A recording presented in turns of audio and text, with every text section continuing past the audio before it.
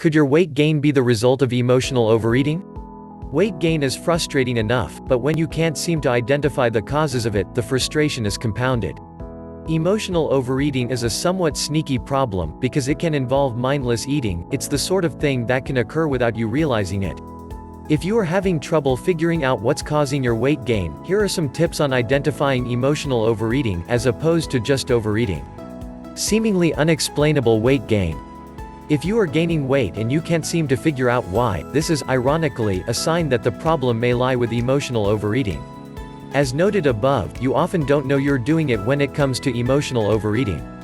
You may even be working out regularly and preparing healthy meals and still gaining weight, because you are mindlessly eating other foods when you feel negative emotions.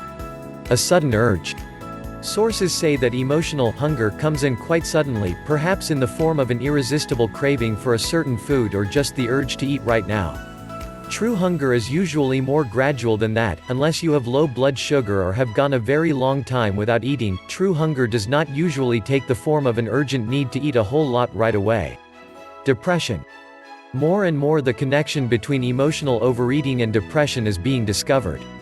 Do you feel depressed periodically? When you even think of feeling depressed, what goes through your mind? How do you cope?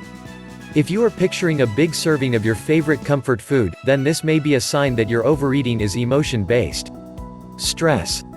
Are you going through a stressful time in your life simultaneous to your weight gain? Have you seen that pattern before?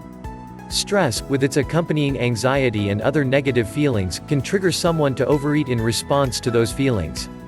Guilt. How do you feel after you eat? Are you consumed with guilt? Do you feel ashamed? These feelings are signs that you have a problem with emotional overeating.